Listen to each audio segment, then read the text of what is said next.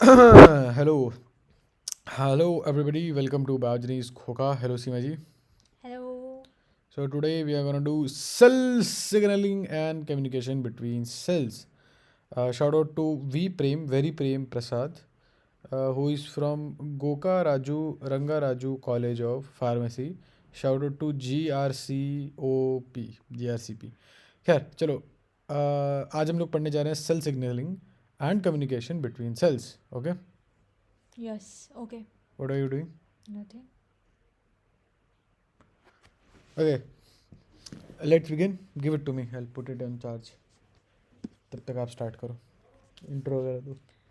Okay. So next up आज हम पढ़ेंगे क्या? इसमें कंटेंट्स क्या है? इंट्रो यानी कि introduction. Model mode cell signalling यानी कि सेल जिस हिसाब से एक दूसरे से सिग्नलिंग करते हैं उनके मोड्स क्या हैं. एक दूसरे से कम्युनिकेट कैसे करते हैं. सिग्नल ट्रांसडक्शन के बारे में पढ़ेंगे और आयन चैनल्स के बारे में पढ़ेंगे. Okay. Okay. So starting from introduction. तो सेल्स जो है वो रेडी टू रिस्पॉन्ड. पहले अगर इन्वामेंट से कोई भी सिग्नल आ रहा है, ठीक है, कोई भी एसेंशियल सिग्नल है किसी सेल के इन्वामेंट में, तो उसको रिस्पॉन्ड करने के लिए सेल्स को रेडी रहना पड़ता है. ठीक है. और ये एसेंशियल सिग्नल्स होते क्या हैं जिनको सेल्स रिस्पॉन्ड करते हैं? ये ऑफन केमिकल्स होते हैं एक्स्ट्रा सेलुलर फ्लूइड में. ठीक है. तो ये कहाँ से आते हैं? डिस्टेंट सिग्नलिंग यानी कि जो दूर से आते हैं वो होते हैं हार्मोन्स. जो नियर बाय सेल से आते हैं वो होते हैं साइटोकाइनिन्स, या फिर सेल्स खुद भी सिक्रीट करते हैं. ठीक है. और जो लॉन्ग रेंज एलोस्टेरी होती है, ठीक है, वो एक सिग्निफिकेंट कंपोनेंट है सेल सिग्नलिंग इवेंट्स का. अब एलोस्टेरी क्या होती है आपको पता है? नहीं. एलोस्टेरी मुझे भी नहीं पता क्या होती है, तो आगे देखते हैं if we get to know what is it. जब आपको कोई पॉइंट नहीं पता होता आप वहाँ थम जाया करो ना. थम ही गई थी. सेल सिग्नलिंग की अगर हम बात करते हैं तो भाई यहाँ देखो, सेम चीज़ें बार बार रिपीट करते हैं ये लोग. एक तो भाई सेल सिग्नलिंग इम्पॉर्टेंट है एक्टिविटीज़ के लिए और सेल सेलेक्शन के लिए. सेल के पास एबिलिटी होनी चाहिए कि भाई क्या चल रहा है बाहर, क्या चल रहा है, तो ताकि वो अपने आप को बाहर के हिसाब से रिस्पॉन्ड कर सके और अपने आप को रेगुलेट कर सके. और बाहर जो भी सबका सारे टेम्परेचर बढ़ा रहे हैं तो वो भी अपना टेम्परेचर बढ़ाए. एग्जांपल है, सारे घटा रहे हैं तो वो भी घटाए, या जो भी है. तो अब यहाँ पे सेल सिग्नलिंग में एरर्स हो जाते हैं तो भाई काफ़ी सारी दिक्कतें आ जाती हैं. Cancer, auto immunity, diabetes. Auto immunity famous example है. जैसे आपका खुद का सेल है, कोई भी सेल है XYZ, आपकी इम्यून सेल्स लिम्फोसाइट्स वगैरह ने देखा और सेल सिग्नलिंग में कुछ एरर हुआ तो उसको खुद की सेल्स लग रही हैं कि फॉरेन सेल्स है, तो आपको खुद के ऊपर अटैक कर देगा. तो आप खुद ही से एक जंग लड़ने लग जाओगे, है ना. तो सेल सिग्नलिंग में दिक्कत आएगी तो आपको काफ़ी ज़्यादा दिक्कत आने वाली है. अब यहाँ दो चीज़ें हैं, सेल सिग्नलिंग और सेल सिग्नल ट्रांसडक्शन. बताओ. ओके. पहले तो पेन कहाँ है? पेन क्यों नहीं दिख रहा? पेन क्यों नहीं दिख रहा? हाँ. It's a good question. मैं बताता हूँ पेन क्यों नहीं दिख रहा. Okay. There's nothing to unlock. I don't no, कुछ रीज़न की वजह से पेन वाला वो नहीं आ रहा यार. ग्लिच हो गया है. वो आपका वो नेटवर्क चेंज हुआ होगा, स्विच हुआ होगा, तभी ऐसा हो रहा है. देखना एक बार ऊपर. होल्ड. ओके. तो कुछ एरर हो गया था. खैर, सेल सिग्नलिंग, हम सिग्नल ट्रांसडक्शन की बात कर रहे थे. तो सेल सिग्नलिंग क्या होता है? Cell signalling is basically communication दो डिफरेंट ग्रुप ऑफ सेल्स के बीच में या टिश्यू के बीच में, और एक ग्रुप ऑफ सेल्स दूसरे ग्रुप को इन्फॉर्म करता है कि क्या करना है. ठीक है. जैसे मान लो ये आपका लंग्स का टिश्यू है. ठीक है. ये लंग्स का टिश्यू है और ये हार्ट का टिश्यू है. ठीक है. तो बेसिकली यहाँ पे सेल सिग्नलिंग हो रही है. तो ये एक ग्रुप ऑफ सेल्स है. टिश्यू में ग्रुप ऑफ सेल्स आते हैं. तो हार्ट के टिश्यू सिग्नल दे के लंग के टिश्यू को बताएंगे कि उनको क्या करना है. ठीक है. फिर उसके बाद हम बात करते हैं सिग्नल ट्रांसडक्शन की. सिग्नल ट्रांसडक्शन क्या होता है कि मान लो आपका सेल है, इसके बाहर कुछ एक्स्ट्रा सेलुलर सिग्नल आ गया. ठीक है. जो कि इसकी इंटर सेलुलर स्टेट में कुछ चेंज लाना चाह रहा है. उसको मतलब और वो या तो मेम्ब्रेन को क्रॉस करना चाह रहा है या तो बिना मेम्ब्रेन को क्रॉस किए रिसेप्टर से बाइंड करके इसके अंदर कुछ चेंज लाना चाह रहा है. तो दैट इज सिग्नल ट्रांसडक्शन. ठीक मेम्ब्रेन है. क्रॉस नहीं कर रहा, कहाँ लिखा है इसमें मेम्ब्रेन क्रॉस कर रहा है? विदाउट लिखा तो है. कुल मिला के एक दो इनिशियल सेल्स आपस सिग्नल में, लिखा है। दो सेल आपस में, और दूसरी चीज़ ये है कि बाहर से आपको एक सिग्नल आया और आपने अंदर से कुछ चेंजेस किए। Simple. I want to keep it simple. ठीक है। I don't care, you don't care but I do. She doesn't care about your education but let I me do. Do it my way, okay, what I am doing. Okay, you do it your way, let me do my thing my way. तो don't waste the audience time. Cell signalling और signal transaction. Okay okay, do you understand this? Do you agree to this कि cells क्यों communicate करते हैं? खैर ये फालतू की चीज़ दे रखी है, हम लोग क्या क्या कवर करने वाले हैं। फालतू की चीज़ तो खैर नहीं है, इंपॉर्टेंट चीज़ें ही हैं। वो सब दे रखा है यहाँ पे। क्यों कम्युनिकेट कर रहे हैं, कैसे कर रहे हैं, सेल मेम्ब्रेन के थ्रू कैसे जा रही है वो चीज़, और एक ही सेल के अंदर कैसे सिग्नल जा रहे हैं, और सिग्नल का इफ़ेक्ट सेल फंक्शन पे क्या पड़ता है। क्यों करते हैं भाई सेल कम्युनिकेट, क्यों करते हैं इन द फर्स्ट प्लेस? ताकि वो आपस में ये कम्युनिकेट कर सकें कि भाई आप एक काम करो, मैं वो दूसरा काम कर रहा हूँ, ये तीसरा काम करेगा। जैसे मैं आपको पढ़ा रहा हूँ और सीमा जी आपको एंटरटेन कर रही हैं, तो ये हम दोनों का बीच का कम्युनिकेशन है। मेरा काम है आपके तक एकदम क्वालिटी 100% ओरिजिनल एजुकेशन की प्राप्ति देना आपको। ओरिजिनल और किसी और की ओरिजिनल पीपीटी है। ईश्वर की पीपीटी है। सही बात है। खैर, सेल को पता होना चाहिए उसको मरना है, जीना है या डिवाइड करना है। मरना है, जीना है, बच्चे करने हैं। न्यूरो ट्रांसमिशन, ठीक है भाई, आपका दिमाग से लेके पैर तक का जो जोर लगेगा वो न्यूरो ट्रांसमिशन के थ्रू। मेटाबॉलिज्म रेगुलेट होगा, और contraction expansion, secondary sexual characteristic, ये कुछ चीज़ें जो होती हैं सेल कम्युनिकेट इसलिए करता है ये सब करने को। ठीक है। मोड्स ऑफ सेल सिग्नलिंग की एक बार ही बात कर लेते हैं, फिर हम आगे बढ़ेंगे। यहाँ पे भाई 3 तरीके के मोड दे रखे हैं इन्होंने। मैं लेजिट बता रहा हूँ, इस बंदे ने MS पेंट पे ड्रॉ किया है, तो भाई मतलब रिस्पेक्ट है यार, रिस्पेक्ट है इस बंदे के लिए, रिस्पेक्ट है। MS पेंट पे इसने ड्रॉ किया है मोस्ट प्रोबेबली। सेल सिग्नलिंग के पहला मोड ये है कि भाई दो सेल चिपक के हैं गैप जंक्शन से, सिग्नलिंग मॉलिक्यूल गया दूसरे वाले पे चिपक चिपक के। ठीक है, these are in a very close relationship. दूसरे की बात करें, this guy they are in a sort of a distance relationship. आपने एक मॉलिक्यूल सिक्रेट किया, वो उधर जाके लग गया, और सिग्नलिंग बाय प्लाज्मा मेम्ब्रेन। ये एकदम अगल बगल में ही है, प्लाज्मा मेम्ब्रेन बाउंड ही, मतलब ये इसका सिग्नलिंग मॉलिक्यूल खुला हुआ है, इसका सिग्नलिंग मॉलिक्यूल इसी के ऊपर बंधा हुआ है, और ये खुद फिजिकली गया रिसेप्टर सेल के पास। ठीक है, तो ये आपके डिफरेंट टाइप के हैं, और भी चीज़ें हम देखेंगे यहाँ पे, इसको इनडेप्थ देखेंगे। ये जनरल आइडिया था आपके लिए, प्लीज़। नेक्स्ट इज कि सेल सिग्नलिंग में बेसिक स्टेप्स क्या हैं, कि सबसे पहले जो सिग्नलिंग मॉलिक्यूल्स हैं उनका सिंथेसिस होगा। ठीक है, फिर वो जब सिंथेसाइज हो जाएंगे तब वो रिलीज़ होंगे। फिर उसके बाद जब वो रिलीज़ हो गए तो उनका ट्रांसपोर्ट होगा टारगेट सेल्स में। ठीक है, फिर उसके बाद टारगेट सेल उसको डिटेक्ट करेगा और बाइंड करेगा स्पेसिफिक रिसेप्टर से। फिर उसके बाद उसमें चेंजेस आएंगे क्योंकि रिसेप्टर सिग्नल कॉम्प्लेक्स बनेगा। फिर उसके बाद सिग्नल रिमूव हो जाएगा और रिस्पॉन्स टर्मिनेट हो जाएगा। ठीक है, तो ये आपके स्टेप्स हैं। ठीक है, ओके। तो भैया intercellular classification communication, sorry intercellular communication के हमने 3-4 तरीके हमने पढ़ने। कितने तरीके पढ़ने?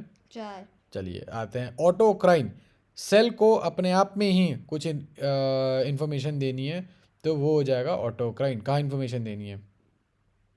अपने आप में। अपने आप में ही देनी है। ठीक है, और कभी कभी वो अगल बगल के सेल को भी कर लेते हैं अगर सेम टाइप हो। मोस्टली तो वो ऑटोक्राइन खुद ही को सिग्नल करते हैं। इसका एग्जांपल क्या हो गया? Immune cell. क्या हो गया? Immune cell. Very good. ठीक है, पैराक्राइन, पैराक्राइन में आप विसिनिटी के किसी सेल को टारगेट करते हो। इसका एग्जांपल है न्यूरोट्रांसमीटर। क्या एग्जांपल है? न्यूरोट्रांसमीटर। किस चीज़ की बात कर रहे थे? पैराक्राइन। इसमें क्या करते हैं? विसिनिटी में वो करते हैं। क्या विसिनिटी में वो करते हैं? विसिनिटी में ये सब नहीं करते हैं, विसिनिटी में सिर्फ पढ़ाई करते हैं। ठीक है, और अब हम आते हैं तीसरे उस पे, एंडोक्राइन पे। ठीक है, आप यहाँ पे डिस्टेंट सेल्स को टारगेट करते हो। ठीक है, अब विसिनिटी में तो आपने वो कर दिया, आपका विसिनिटी में नाम खराब। ठीक, अब आप डिस्टेंट सेल्स को टारगेट करोगे। आप यहाँ पे हार्मोन प्रोड्यूस करोगे, जो दूसरी क्या कर रहा है, जो दूसरे पार्ट तक जाएगा बॉडी के। ठीक है, हॉर्मोन्स होता है, हॉर्मोन्स नहीं होता है। ठीक है, रिस्पेक्ट देम। हार्मोन कुछ नहीं होता, हार्मोन होता है। जक्स्टाग्राइन, ठीक है, जक्स्टाग्राइन में आप टचिंग सेल्स, जो आपसे जो आप को टच करते हैं आप उनसे सिग्नल करोगे, ठीक है। किसको किसको सिग्नल करोगे, किसको टारगेट करोगे, sorry, adjacent touching cells. Adjacent touching cell. इनका सेल मेम्ब्रेन के थ्रू ही इनका सेल मेम्ब्रेन के थ्रू ही चला जाता है सिस्टम। एक सेकंड, ठीक है। इनका जो सिग्नल है वो सेल मेम्ब्रेन के थ्रू चला जाता है। किसके थ्रू चला जाता है? सेल मेम्ब्रेन के थ्रू। ठीक है, या तो प्रोटीन या तो लिपिड। Okay, okay. ठीक है। और दो दो जेक्स्ट्राक्राइन दो जगह से अफेक्ट कर सकता है, या तो जो एमिट कर रहा है वो, और या तो बगल वाला यानी कि एडजेसेंट वाला, ठीक है। कौन किसको किसको अफेक्ट कर सकता है? बगल वाला एडजेसेंट वाला। चलो जल्दी जल्दी बताओ। ऑटोक्राइन का एग्जांपल मैंने नहीं देखा, मुझे नहीं पता। देखा दूसरा है आपने, पैराक्राइन। देखा आपने autocrine, think about it. Autocrine signal, lysosomes. नहीं नहीं, टारगेट्स, हाँ नहीं, टारगेट्स इटसेल्फ। तो तो कहाँ पर, लाइसोसोम अपने आप को तो टारगेट करता है। कहाँ पर? दिस हाँ इज अ चलो स्मार्ट ठीक है, example which you won't understand. Immune cells, ठीक है। Paracrine signals target cells in the vicinity of the emitting cells. Represent an example. Paracrine की example मैंने नहीं देखी। अरे देखिए, कौन से सेल बगल बगल वाले, मतलब एक सेल दूसरे को करेगा, उसके जस्ट बगल वाले को, फिर जस्ट बगल वाले को, जस्ट बगल वाले को, कहाँ देखा हमने? याद करो, याद करो कि एक सेल है, उसने अपने बगल वाले को कुछ बोला, फिर उसने अपने बगल वाले को कुछ बोला, फिर उसने अपने बगल वाले को कुछ बोला। फिर बहुत फेमस न्यूरॉन। एग्जांपल है, yes, nice. Juxtacrine signal targets adjacent cells. Nice, ठीक है। और these signals are transmitted along receptors. Along, बताओ बताओ, Along रिसेप्टर्स कहाँ पर है? हाँ membrane यस, receptors. ठीक है। Cell membranes. और and are capable of affecting either the मतलब बगल वाले सेल या फिर एडजेसेंट सेल्स। अच्छा, बगल वाले सेल या एडजेसेंट सेल? बगल वाले मतलब नेबरिंग सेल्स, हाँ, जो और कि थोड़े से एडजेसेंट दूर मतलब? है। एडजेसेंट मतलब जो उनसे जुड़े हुए हैं ऐसा एकदम। कुछ नहीं है, टचिंग। या तो खुद को करेगा, खुद को इफेक्ट करेगा, या तो अपने पड़ोसी को इफेक्ट करेगा, ठीक है। Please please pay attention, you are not paying attention. चलिए बताइए, यहाँ पर आ जाइए, आप यहाँ पर आ जाइए, यहाँ पे आ जाइए, चलिए चलिए बताइए। Next is autocrine signalling. तो ऑटोक्राइन सिग्नलिंग में क्या हो रहा है, जैसा कि इन्होंने बताया कि सेल अपने आप को टारगेट कर रहा है। कैसे कि मान लो कोई एक्स्ट्रा सेलुलर सिग्नल आया, ठीक है, जो लाल रंग का है वो एक्स्ट्रा सेलुलर सिग्नल है, ठीक है। और जो हमें ये दिख रहे हैं ये चीज़ें जो गड़ी हुई हैं सेल के बाहर, वो रिसेप्टर्स हैं।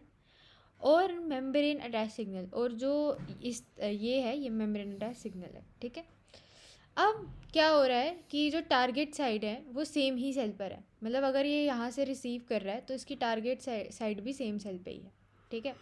जैसे कि साइटोकाइन्स, इम्यून सेल्स और ग्रोथ फैक्टर्स जो हैं वो। फिर उसके बाद पैराक्राइन सिग्नलिंग इसमें बताया। फिर से पैराक्राइन होता है जो बगल बगल में करता है। अब जैसे देखो ये सिक्रीट कर रहा है सेल, और इसके रिसेप्टर एडजेसेंट टारगेट सेल में है, ठीक है। जैसे कि न्यूरॉन का एक एग्जाम्पल आपको पता है। आगे बढ़ते हैं।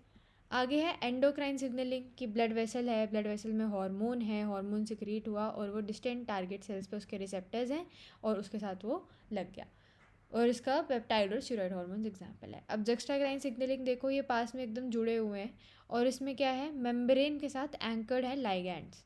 ये जो रेड कलर के हैं, पिंक कलर के, ये लाइगैंड्स हैं जो कि अटैच्ड हैं इसके साथ, और यही और दूसरे ही सेल के पास हमारे रिसेप्टर्स हैं। तो ये सिग्नलिंग सेल है और ये रिसेप्टर सेल है। तो ये दोनों, ये इसके पास जाएगा और फिर ये दोनों वो कर लेंगे, ये दोनों वो कर लेंगे। चलो ठीक है भाई, अच्छी बात है, गुड फॉर देम। अब यहाँ पे हम देखते हैं molecules, example of signalling molecules, ठीक है। टाइप ऑफ मॉलिक्यूल हमारा यहाँ पे पेप्टाइड होता है, पॉलीपेप्टाइड होता है, अमीनो एसिड, फैटी एसिड, और छोटे छोटे मॉलिक्यूल्स भी होते हैं। अब पेप्टाइड में लोकल मीडिएटर है अपना काइनिन। लोकल मीडिएटर यानी कि आपका पैराक्राइन हो गया या जेक्स्टाक्राइन हो गया, न्यूरोट्रांसमीटर आपका, या ऑटोक्राइन भी हो गया। यानी कि ये जो सिग्नलिंग मॉलिक्यूल्स हम देख रहे हैं, ये इसके एग्जांपल दे रहे हैं। ये जो डॉट्स हैं, ये डॉटेड वाले के एग्जांपल हैं। ओके, आपका हार्मोन है, पेप्टाइड हार्मोन वेजोप्रेसिन है। पॉलीपेप्टाइड में लोकल मीडिएटर न्यूरोट्रांसमीटर नहीं होते हैं, बट इंसुलिन है क्योंकि पॉलीपेप्टाइड बड़ा होता है ना। अमीनो एसिड के एग्जांपल हिस्टामिन, ग्लूटामेट, एपिनेफ्रीन है। ओके, ठीक है, मतलब ये आपको एग्जांपल्स दे रखे हैं। Do you want to remember this या I don't know. Think we should, है ना? ठीक है, चलो let's move on guys. Overview of cell signalling and signal transduction देखते हैं हम। चलिए बताइए आप। चलिए मैं ही बता देता हूँ, पिछला तो कुछ था नहीं बताने वाला। ओवरव्यू देखो भाई, यहाँ कुछ है नहीं, इन्होंने ओवरव्यू ही दे रखा है आपको कि ये ट्रांसमिटर हार्मोन्स हैं या ट्रांसमिटर्स हैं, ग्रोथ फैक्टर हैं, हार्मोन हो सकता है डायरेक्टली चले जाएं। ग्रोथ फैक्टर जाएगा वो टायरोसिन काइनेस को एक्टिव करेगा। ट्रांसमिटर हार्मोन जाएगा पहले, ये प्रोटीन पर लगेगा, मेम्ब्रेन के ऊपर प्रोटीन है, प्रोटीन सेकेंडरी मैसेंजर को भेजेगा जो कि खुद प्रोटीन काइनेजेस को एक्टिवेट करेगा। Tyrosine kinase is also I guess a protein kinase. Transmitter आए आयन चैनल के थ्रू अंदर आ गए, और लास्ट में प्रोटीन सिंथेसिस होना है आपका घुमा फिरा के, और सेलुलर रिस्पॉन्स आना है आपका। और भी तरीक़ों से सेलुलर रिस्पॉन्स होता है, ये तो इन्होंने ओवरव्यू दे रखा है, यहाँ पे कुछ ऐसा है नहीं। अब हम सिग्नल ट्रांसडक्शन पाथवे के बारे में बात करते हैं, please Seema ji. Signal transduction pathway में 3 चीज़ें आती हैं। पहला सिग्नल का रिकॉग्निशन, फिर सिग्नल का ट्रांसडक्शन, फिर रिस्पॉन्स। सिग्नल रिकॉग्निशन में क्या है कि जो लाइगेंड बाइंड कर रहा होगा हमारे सिक्रीटरी वाले सेल के साथ, वो कांटेक्ट करेगा दूसरे वाले सेल के साथ। फिर ट्रांसडक्शन में क्या होगा, जो ट्रांसफ़र है सिग्नल का सेल के इंटीरियर में, मतलब जैसे मान लो ये आपका सेल है, ठीक है। तो अभी तक जो लाइगेंड बाइंड कर रहा था यहाँ से, ठीक है, उसने देखा कि कोई इन्वामेंटल बाहर से कुछ हुआ और अब इसको वो चीज़ पकड़नी है, तो इसने ये चीज़ रिकॉग्नाइज कर ली। ये हमारा पहला स्टेप था। फिर अब इसके अंदर ये सिग्नल ट्रांसफ़र करेगा, सेल के अंदर सिग्नल इसने ट्रांसफर किया। फिर सेल के अंदर कुछ एक्टिविटी हुई प्रोटीन काइनेजेस और फॉस्फेटेजेस की, ठीक है। फिर उसके बाद रिस्पॉन्स जनरेट होगा। क्या होगा? रिस्पॉन्स जनरेट होगा। क्या होगा? फॉस्फोराइलेशन स्टेट जो होगी, मतलब जैसे उन्होंने बोला कि प्रोटीन काइनेजेस और फॉस्फेटेजेस। प्रोटीन काइनेजेस क्या करते हैं? पता नहीं, आई don't no.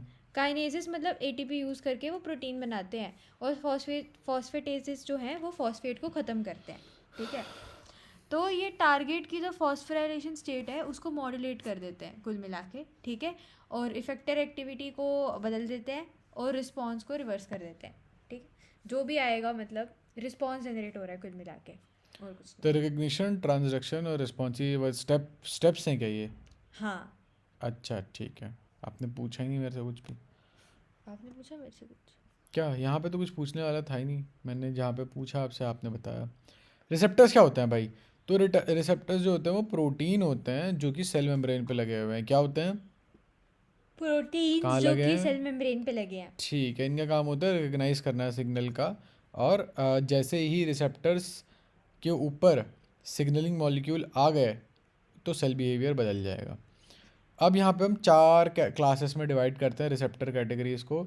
Ji protein, ion channel, और ये रिसेप्टर्स लैकिंग, एक एक जिसके पास इंट्रिंसिक कैटालिटिक एक्टिविटी नहीं है बट किसी प्रोटीन से जुड़े हुए हैं, और दूसरे जिनके पास इंट्रिंसिक एंजाइमेटिक एक्टिविटी है। बताओ। जीपीसीआर आयन चैनल वाले, और एंजाइम एक्टिविटी जिन पे है। इंट्रिंसिक एंजाइम एक्टिविटी जिनके पास है हाँ। और जिनके पास नहीं है, हम्म। दो अलग अलग हो गए, ठीक है। जिनके पास नहीं होती है ना, वो किसी प्रोटीन से फिर भी वो होता है, उससे उनका खुद का कैटालिटिक एक्टिविटी तो नहीं होता है बट किसी प्रोटीन से जुड़े हुए होते हैं। सिस्टोलिक प्रोटीन मतलब वो साइटोप्लाज्म के अंदर कोई ना कोई प्रोटीन होता है जिससे जुड़े हुए होता है, जैसा कि टायरोसिन काइनेज अभी हमने थोड़ी देर पहले देखा था। ये एग्जाम्पल है उस चीज़ का। चलो जी सर, ये हो गया हमारा, अब आप बताओ। अब हम स्टार्ट कर रहे हैं जीपीसीआर से। पहला है जो कि है जी प्रोटीन कपल्ड रिसेप्टर्स, ठीक है। तो ये किसके लिए रिसेप्टर्स होते हैं? 3 तरह के हॉर्मोन्स के लिए ये रिसेप्टर होते हैं, एपिनेफ्रिन, ग्लूकागॉन और सेरोटोनिन, ठीक है।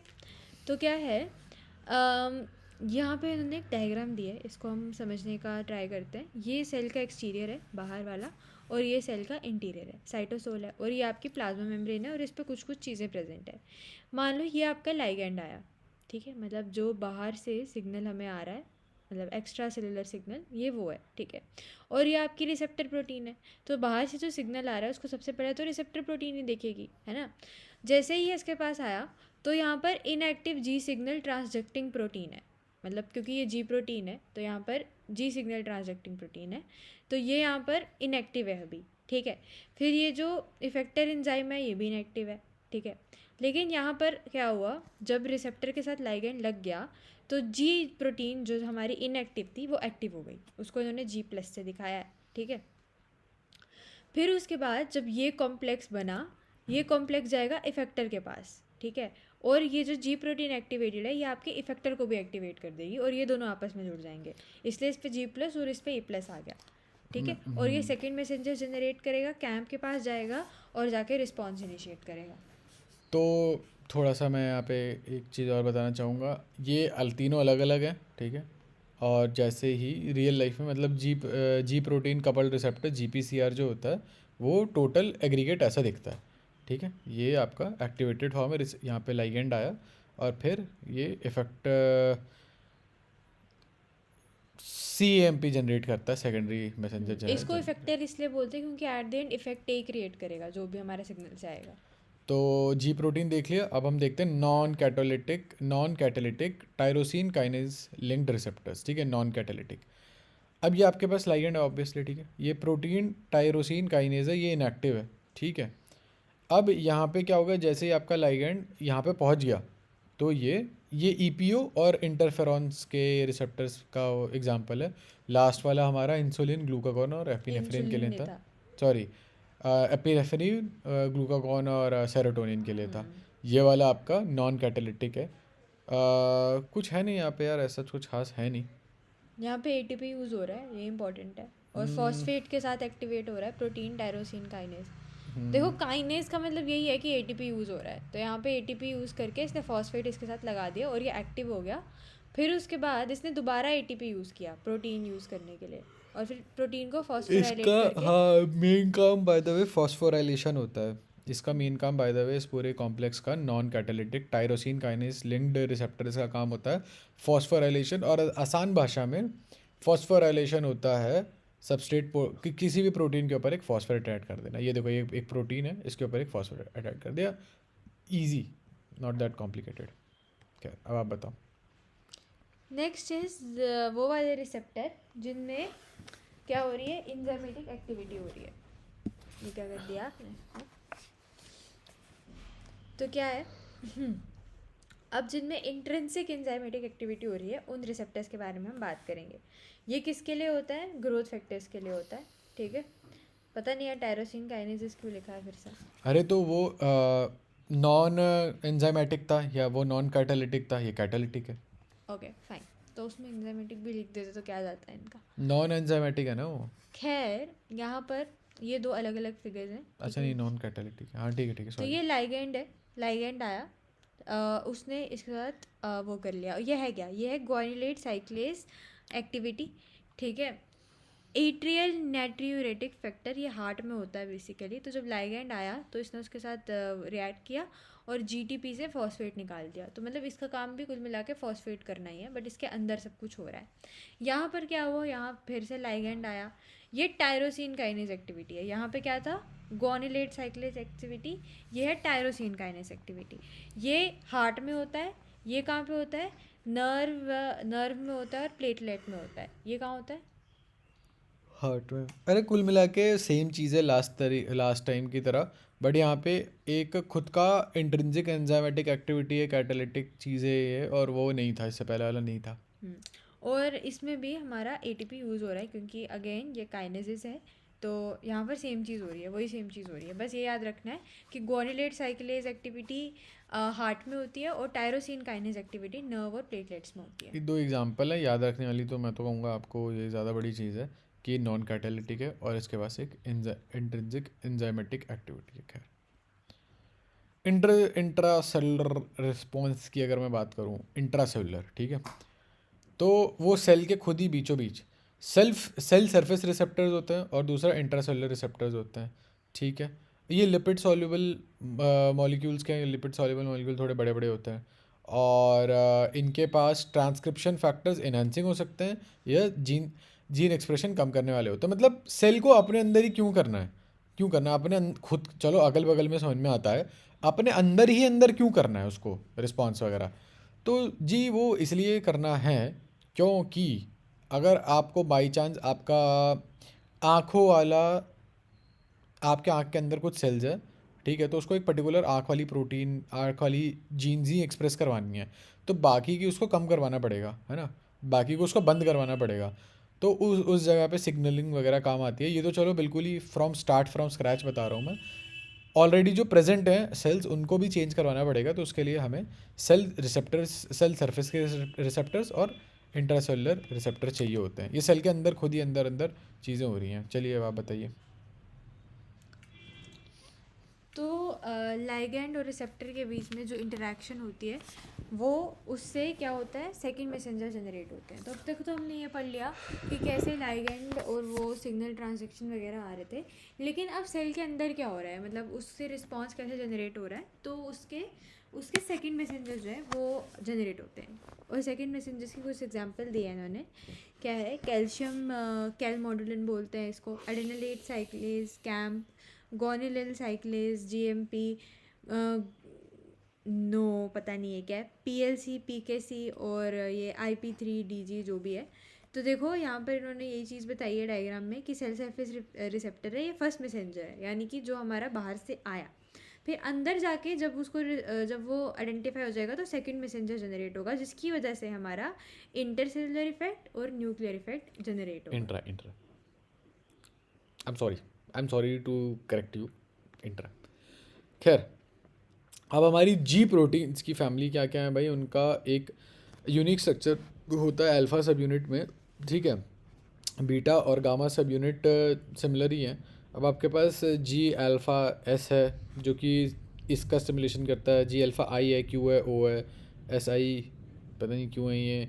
तो आई एडिनाइलिल अनिल साइक्लेज करता है, और क्यू वाला फॉस्फोलाइपेस सी करता है, ओ वाला आयन चैनल सिमुलेट करता है। हम आगे चल के देखेंगे कि ये मेन फैमिलीज याद करनी है कि नहीं करनी है, क्योंकि मुझे खुद भी नहीं पता।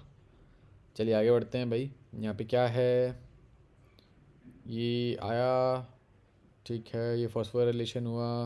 अच्छा, ये जी प्रोटीन की साइक्लिन हो रही है। यहाँ पे कुछ है नहीं वैसे ऐसा बहुत ज़्यादा इंपॉर्टेंट, यहाँ पे खास है नहीं। हमने देखा था ये रिसेप्टर है, ये जी लिंक्ड है, तो ये जब जी प्रोटीन इस पर लग गया, यहाँ पे जी प्रोटीन लग गया अल्फ़ा, फिर जब सेकेंडरी मैसेंजर निकलेगा तो ये जी प्रोटीन फ्री हो जाएगा और फिर ये साइकिल रिपीट होती चली जाएगी। Nothing as such here. Adenylyl cyclase के बारे में थोड़ा सा हम लोग देख लेते हैं जल्दी से। ये भी जी लिंक्ड ही है, एडिनाइलेट साइक्लेज जो है वो जी लिंक्ड है। और हमारा यहाँ पे जो जी प्रोटीन यूज़ हो रहा है वो आई क्लास से आ रहा है। लेट्स चेक, एक बारी पीछे जाते हैं। एडिनाइलिल साइक्लेज वाला, अच्छा, स्टिमुलेशन कराता है एस वाला, और इनिबिशन एस से स्टिमुलेशन और आई से इनिबिशन होता है। आओ देखते हैं।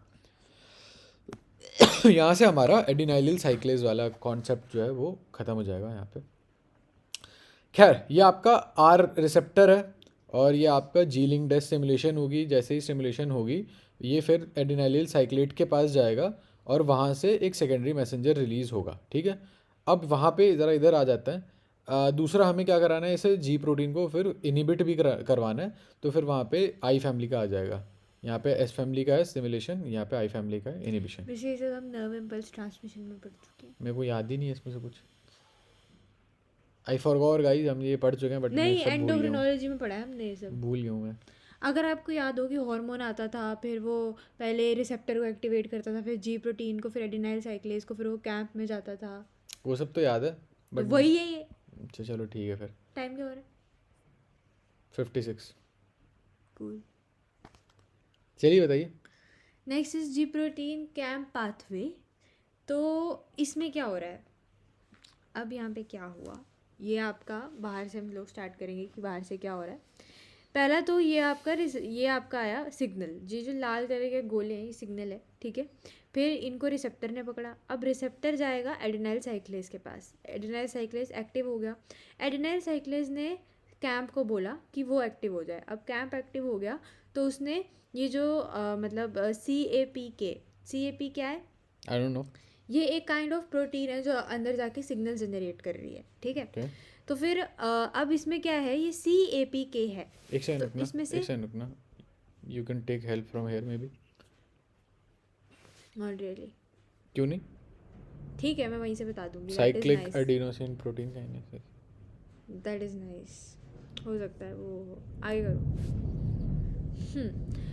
तो यहाँ पर क्या हुआ, अब ये बता रहे हैं कि न्यूक्लियस के अंदर कैसे रिस्पॉन्स जनरेट करेगा. ठीक है, तो जब कैंप एक्टिव हो गया, यहाँ तक आपको समझ में आ गया कैंप तक क्या हुआ एक बता बात रहे. बताओ, एडिनाइलिल साइक्लेज ही जी प्रोटीन है, इज दैट ट्रू? नहीं, जी ऐसा प्रोटीन नहीं है ये ना? है, ये है जी प्रोटीन जो कि रिसीव कर रही है. Okay okay okay. G receptor के प्रोटीन. साथ ही जो है. हाँ, फिर जी प्रोटीन एडेनिल साइक्लेज को एक्टिव हम्म. करती है, एडेनिल साइक्लेज कैंप को एक्टिव करता है, फिर कैंप आगे जाता है सी ए पी के प्रोटीन के पास, और सी ए पी के प्रोटीन क्या करती है, जो मेन हमारा सिग्नल है, ये सी जो इसके साथ जुड़ा हुआ है, जो कि कैंप ने इसके साथ जुड़ाया, इसको ये भेजना चाहती है न्यूक्लियस के अंदर. ठीक है, ताकि न्यूक्लियस में वो चीज़ चेंज आए. ठीक है, तो अब कैंप खुद इसके साथ जुड़ गया और इसको निकाल दिया. मतलब यहाँ पे बेसिकली सब्स्टिट्यूशन हुआ है. समझ रहे हो आप, ये लाल रंग का था, ये खुद इसके साथ जुड़ गया और इसने इससे ये निकलवा दिया. ठीक है, तो जब ये निकल गया तो ये जाएगा अंदर और एक एटीपी इस्तेमाल करेगा. क्रेब क्रेब है camp response element binding protein. ठीक है, तो कैंप ने ये रिस्पॉन्स जनरेट किया, उससे जो एलिमेंट निकला, उससे जो प्रोटीन बाइंड कर रही है वो है आपकी camp response element binding protein. क्या है पता नहीं, आई डोंट नो. ये बताया ना आपको अभी. ये क्रैब रिस्पॉन्स. कैंप रिस्पॉन्स यहाँ लिखा है लिटरली. क्रैब. क्या है क्रैब? Crab crustacean. क्या है क्रैब? आर्थ्रोपोडा. क्रैब क्या है? Camp response element binding protein. तो कैंप ने कौन सा रिस्पॉन्स जनरेट किया है यहाँ पर आपके हिसाब से? कैंप ने अच्छा रिस्पॉन्स किया है जनरेट. क्या किया उसने? क्या कैंप हुआ ने यहाँ पे एग्जैक्टली? मैंने अभी अभी एक वर्ड पता यूज नहीं, आई किया डोंट था नो. यहाँ पर, आई don't no. Secondary substitution. Substitution. ध्यान आपको होता नहीं है. फिर उसके बाद क्रैब ने क्या किया, ये जो इसने भेजा था यहाँ पर, इसको जनरेट किया और ये फॉस्फोराइलेट हो गई. क्रैब फॉस्फोराइलेट हो गई. क्या हो गई? फॉस्फोराइलेट हो गई. क्रैब क्या है? क्या है? एक तरह की camp response element binding protein. Protein है ना, एक तरह प्रोटीन की. है. तो हमने इसको फॉस्फोराइलेट कर दिया. ठीक है, वाह वाह वाह वाह अब वाह इसको वाह. फॉस्फोराइलेट करने से क्या हुआ, अब फॉस्फोराइलेट करके जो क्रैब सीबीपी है, यानी कि क्रैब बाइंडिंग प्रोटीन है, मतलब इसके साथ भी एक प्रोटीन बाइंड करती है जिसको हम क्रैब बाइंडिंग प्रोटीन बोलते हैं, जो कि ये पर्पल वाली है. ये इससे तभी बाइंड करेगी जब ये फॉस्फोराइलेट होगा. ठीक है, और फिर ये दोनों जुड़ के आगे बेसल ट्रांसक्रिप्शन मशीनरी का रिस्पॉन्स जनरेट करेंगे. हाँ, मेक सेंस. थोड़ा बहुत मुझे इस वाला, ये वाला थोड़ा सा समझ में नहीं आया, बाकी इसके अलावा जो आपको है मुझे बताया समझ तो में आ कि गया. यहाँ पे सब्स्टिट्यूशन हो रहा है. कैंप ने CAPK से जो हमें चाहिए था वो अच्छा, निकाल के ओके खुद जनरेट हो ओके, गया. नहीं समझ गया, मैं समझ गया. ठीक है ठीक है. ये जो सी है, बस अब मुझे ये नहीं पता ये सी क्या है, बाकी उसके अलावा मुझे सब समझ में आ गया. I am very smart, I am very smart. अब भाई क्या है सिग्नल ट्रांजेक्शन? अब भाई involving NO and CGMP that leads to vasodilation. तो हमने वेजोडाइलेशन जो है एट्रियल नेट्रियूरेटिक फैक्टर वाली चीज़ है ये. एक बार देखते हैं भाई क्या है, क्या सीन है यहाँ पे. आपका एसिटाइल कोलिन आया. ठीक है, एसिटाइल कोलिन ने आपका कैल्शियम आयन को रिलीज़ करवाया, जो कि इस चीज़ से मिला, और नाइट्रिक ऑक्साइड सिंथेज से जब वो इंटरेक्ट करता है, ये दिस इज़ एन एंजाइम ना, उससे जब इंटरेक्ट करेगा तो नाइट्रिक ऑक्साइड रिलीज़ होगा.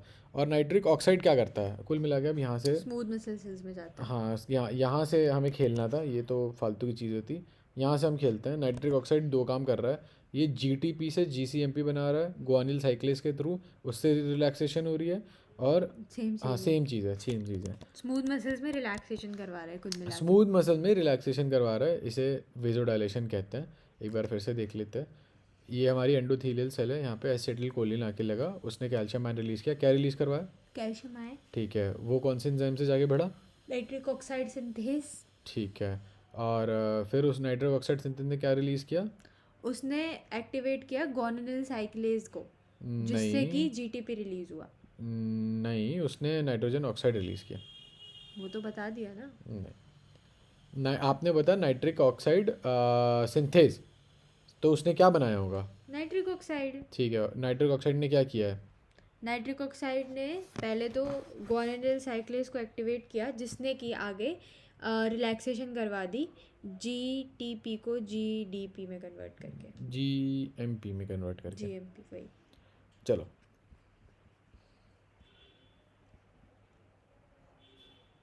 आपने थोड़ी जो वो उठाई है, पीपीटी उठाई है, this is very nice, but इसमें तो एक्सप्लेनेशन थोड़ा दिया होता है ना तो बहुत अच्छा रहता। आगे दिया होगा ये ना डायग्राम इसका। अच्छा नहीं है, डायग्राम नहीं हम पढ़ पाएंगे। अब सीधा वो आयन चैनल्स पे आ गया, तो उसने जी प्रोटीन ख़त्म कर दिया। यहाँ पे जी प्रोटीन का जो पूरा पार्ट तो उसने ख़त्म कर दिया। अब वो आयन चार चैनल में आ कौन गया। कौन सी चीज़ें थी जो हमें पढ़नी थी? एक जी जी प्रोटीन प्रोटीन। ही थी, एक आयन चैनल था, एक कैटालिटिक था और एक नॉन कैटालिटिक था। तो पढ़ लिया ना सब। कहाँ पढ़ा हमने? सिर्फ और सिर्फ जी प्रोटीन पढ़ा है भाई साहब अभी हमने। कैटेलिटिक नहीं पढ़ा? अबे क्या हो गया आपको? ये कैटेलिटिक नॉन अब कैटेलिटिक अबे ही क्या पढ़ हो नहीं गया आपको? लिया? ये कैसी लैंग्वेज है अजीब सी? तो व्हाट द ये फक। क्या है? आपने पढ़ा तो है। टेस्ट कर रहा था मैं, ये इतना ऐसा तो हमने जी प्रोटीन भी पढ़ा है अगर आप देखो जी तो। प्रोटीन नहीं है, ऐसा अलग है। ये सब उसी के एग्जाम्पल है। खैर आपको समझ तो आ नहीं रहा है। सही बात है। आई ना डोंट ही मुझे डिसएग्री। आ रहा है। I don't disagree with you. Ion channels कर लेते हैं। चलो बताओ। ओके। सबसे पहला आयन चैनल तो हमें पता ही है, ये स्कीमेटिक डायग्राम है आयन चैनल की, ठीक है। तो चैनल के डोमेन होते हैं, यूजुअली 4 होते हैं हर चैनल में, जो कि 1 दिखाया है। 1 2 3। एक हमारी साइड होगा। चौथा क्यों नहीं दिख रहा हमारे मेरे साइड को? होगा ना एक। चलो ठीक है, यहाँ नहीं दिख रहा, हमारी साइड होगा एक, उनकी बात मान लेते हैं। 2 नंबर पे है आउटर वेस्टिब्यूल, ये आपका आउटर वेस्टिब्यूल है। फिर है ये आपका फ़िल्टर है, ये जो रिंग टाइप बना हुआ है, ठीक है। और 4 ये जो है, ये आपका डायमीटर है सिलेक्टिवली फ़िल्टर का, ये फ़िल्टर का डायमीटर है इसका। हाँ ठीक है, और समझ ही गए यार लेट मी एकदम। टेक माई टाइम ना, आपको आपके बोलने में बोलती हूँ मैं बीच में। हाँ बोला करो, आप भी बोला करो यार, दिमाग कौन मत मना कर ख़राब रहा करो है। मेरा।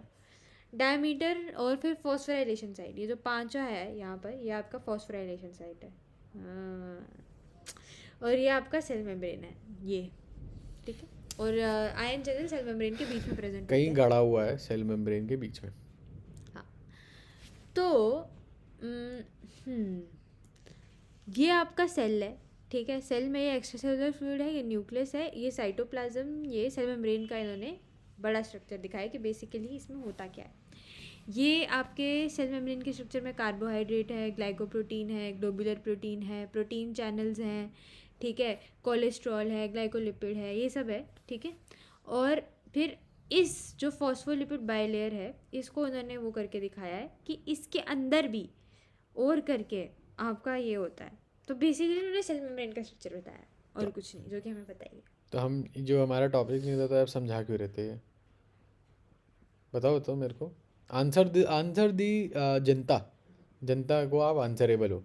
मेम्ब्रेन ट्रांसपोर्ट प्रोटीन की अगर हम बात करते हैं तो भाई ये चीज़ है, कुछ चीज़ें साइटोसोल से बाहर को जाती हैं, ठीक है। ये दिखा रखा है, ये एटीपी पावर्ड पंप है। हम आयन चैनल के बारे में देख रहे हैं मेनली, तो चलो तो सिर्फ आयन चैनल की बात करते हैं।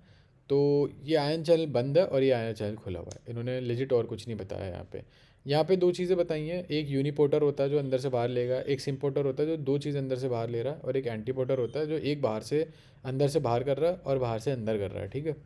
यूनिपोर्टर एक को ला रहा है, सिम्पोर्टर 2 को ला रहा है, एंटीपोर्टर एक को बाहर छोड़ रहा है और एक को अंदर ला रहा है। आयन चैनल पंप नहीं होता, ये बात ध्यान रखना, ठीक है। आयन चैनल में मोस्टली तो एनर्जी की रिक्वायरमेंट होती नहीं है, तो सिर्फ तो वो पंप करता है। और आयन चैनल जहाँ तक मेरे को याद है, ये अलॉन्ग द ग्रेडियंट आना जाना करता है, अगेंस्ट द ग्रेडियंट नहीं करते, ठीक है। अब इनके सब यूनिट एक बार जल्दी से देख लेते हैं भाई। 2 से 6 इनके सिमिलर प्रोटीन है, सेम सेम से प्रोटीन होंगे, और उनका नाम होगा पोर फॉर्मिंग सब यूनिट्स एसोसिएट करेंगे और एक फंक्शनल आयन चैनल बनाएंगे, ठीक है। यहाँ पे कितने हैं भाई? 1 2 3 4 5 है, यहाँ देखो 6 है, यहाँ देखो 4 है और ये रस्सी से बांध रखा है इसे, यहाँ देखो 1 2 3 4 5 6, ठीक है। और उनके पास एक ऑक्सिलरी रेगुलेटरी सब यूनिट होता है। कितने होते हैं बताओ, नंबर बताओ। 5। 2 से 6 होते हैं। और इन सब यूनिट्स का क्या नाम होता है? पोर फॉर्मिंग सब यूनिट्स। ठीक है, इनके पास और रेगुलेटरी सब यूनिट्स भी होते हैं, चलो। चैनल्स जो है वो सब यूनिट के बने होते हैं।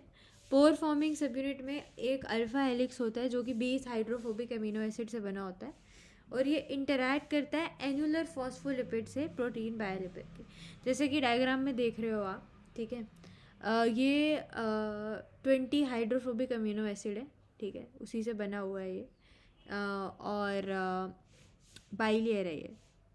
बाइलेयर में बाइलेयर प्रेजेंट से है। ये इंटरेक्ट करता है। Happy birthday to everybody, happy birthday to बाजनीज खोखा। तो I don't think so you should go any more if I am being honest, but it's up to you. इनको कॉलेज जाना है, इनको अपने कॉलेज जाना है। एंड चैनल के टाइप्स देखते हैं बाई गेटिंग। आपका एक वोल्टेज गेटेड होता है जो वोल्टेज से खुलता है। ये कुल मिला के गेटिंग का ये मतलब है, ये जो पहला वर्ड है इससे खुलेगा ये। वोल्टेज गेटेड से वोल्टेज के थ्रू खुलेगा, लाइगेंड के थ्रू, एक सिग्नल के थ्रू, और एक स्ट्रेच गेटेड। स्ट्रेच गेटेड क्या होता है कि अगर आपका मेम्ब्रेन स्ट्रेच कर गया, जैसे कुछ कहीं किसी का तो मेम्ब्रेन स्ट्रेच कर चुका है ये सुन के, तो ये गेट खुल जाएगा, आपका आयन चल जाएगा, खुल जाएगा। तो कौन कौन सा एक बार बताइए। Voltage gated, ligand gated, membrane stretch, stretch gated, और स्ट्रेच गेटेड, और एक इंटरसेलुलर गेटेड। सिग्नल गेटेड है, बट चलो ठीक है, कोई नहीं। लाइगेंड गेटेड के बारे में बात करते हैं भाई। तो आपका जो लाइगेंड चैनल, आपका जो पॉज, पॉज कीजिए, pause. Pause pause pause, hold up guys. Record हुआ।